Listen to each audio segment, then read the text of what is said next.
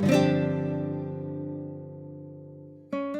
in our first grouping of mosses, we have moss found on conifers, and this can be at the base where you would have dead wood or bark, also on the dead wood of fallen logs and stumps. So if you see a light green color with a round cluster at the tip, that is Alicomnium androgenum. Those round clusters are not sporophytes, they're actually gemmophores bearing gemmi. Our next species, Dicranoidea serrata, common to bark, dead bark of old trees, has a lanceolate leaf greener than Alicomnium, and sporophytes are usually present. It can also be found in the foothills. Then we have Orthodicranum tauricum, has a narrow lanceolate leaf, and the leaf can be broken off at the tip, and those tips can go off as vegetative propagules. We move on to two moths characteristic of disturbed habitats, starting with Ceratodon purpureus. It's common to soil banks of disturbed roadsides. Tricky without sporophytes, but the capsule on the sporophyte is asymmetric and often has a tiny bulge at the base. And then we have Funaria hygrometrica. It's one of the first moths to colonize after a fire, so it's a native species common to natural disturbance. Alright, so we're on our hike in conifer zone elevation. We come upon a large stream. What would we find in the stream? Well, we will discuss three species of Fontanalis. They all have a dark brown olive color. Our first species is Fontanalis neomexicanum. It has a wiry stem. It's very common to fast-flowing streams. We have Fontanalis antipyretica. It has an ovate and highly keeled leaf. Finally, Fontanalis howellii. The leaves remain distinct towards the tip, and what I mean by that is when we compare that to Fontanalis neomexicanum, the leaves merge together at the tip. We also compare both of those leaves to the leaves of antipyretica, which has a highly curved leaf. So moving out of the stream, next to the stream, what would we find?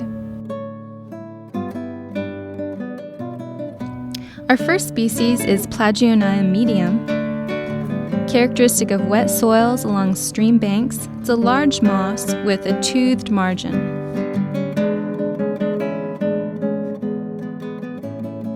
Our next species we have Kimbergia praelonga. It has a regularly branched stem. We call that pinnate branching, like a feather.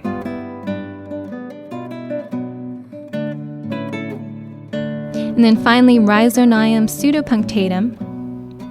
The same family as Plagionium, but the margin, while strongly bordered, is smooth. Okay, we have two more conifer zone species common to shaded rock outcrops. We have Bryum, and this is just identified to the genus level. It's found on shaded rock outcrops and has these characteristic round tufts. Also, we have Polytrichum pileferum. It has a long hair point and can also be found at higher elevations.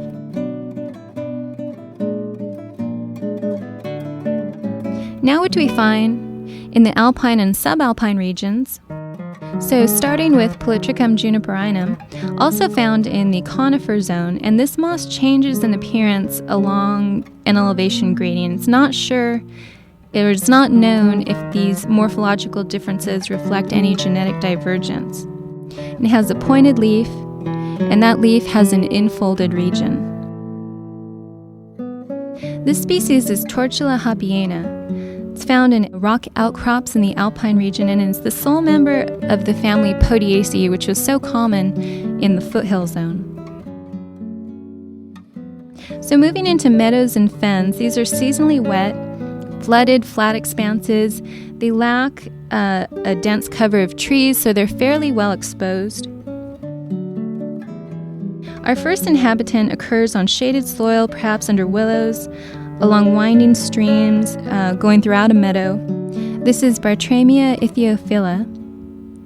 It has that characteristic rounded sporophyte common to the family Bartramiaceae. Our next moss can co-occur mixed with Bartramia, and that is Pollia cruda. It has a very nice ovate leaf that is whitish in appearance. And that is opposed to our next Pollia, Pollia Bollanderi, which has a metallic greenish color. Then we have Sanionia uncinata. It has a similar habitat to Pollia and Bartramia, but it has a distinct stem that is falcate secund, so you have all of the leaves curving over to one side. That is because the tips of the leaves are acuminate, or coming to a narrow point. Our next moss, common to seasonal fens.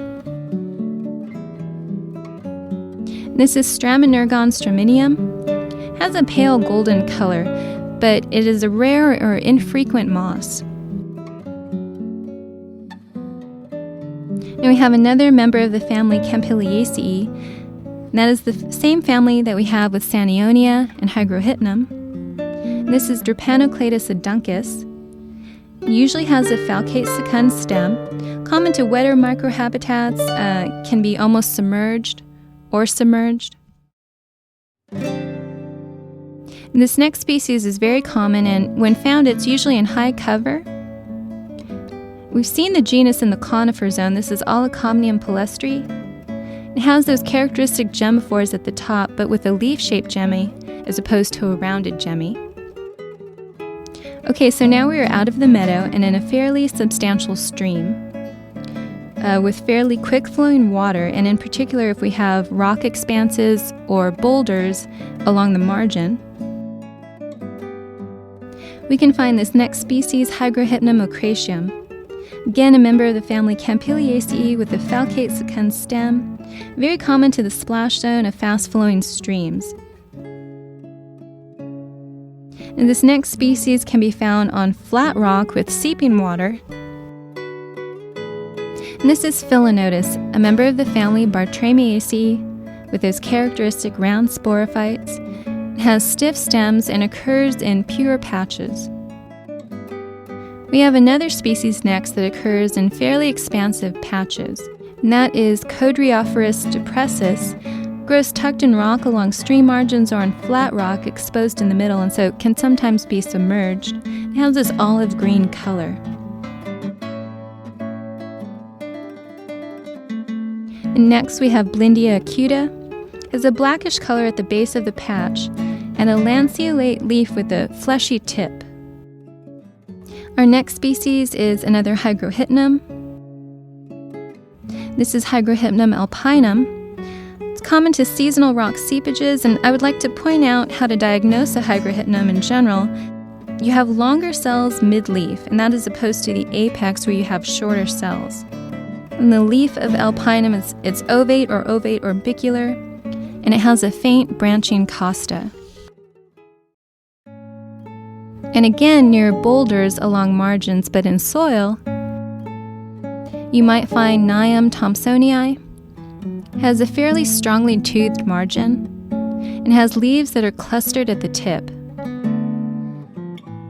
And we have another Nium species,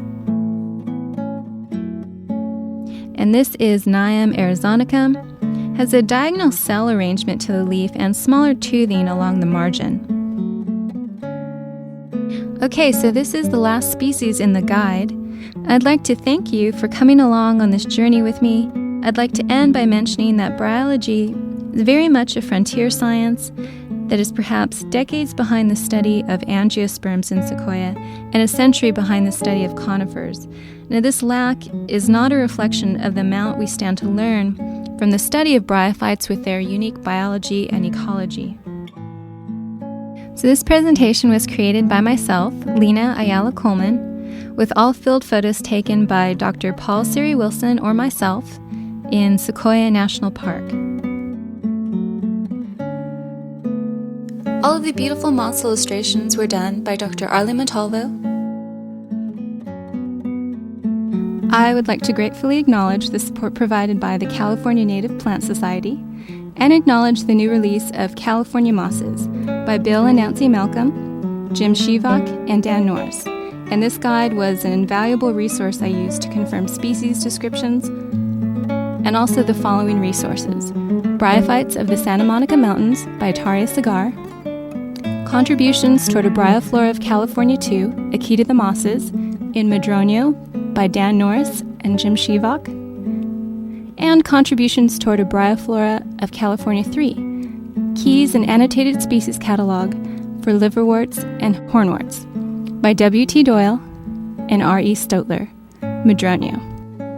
And I would also like to thank Joseph Golstev for his work editing the voiceover.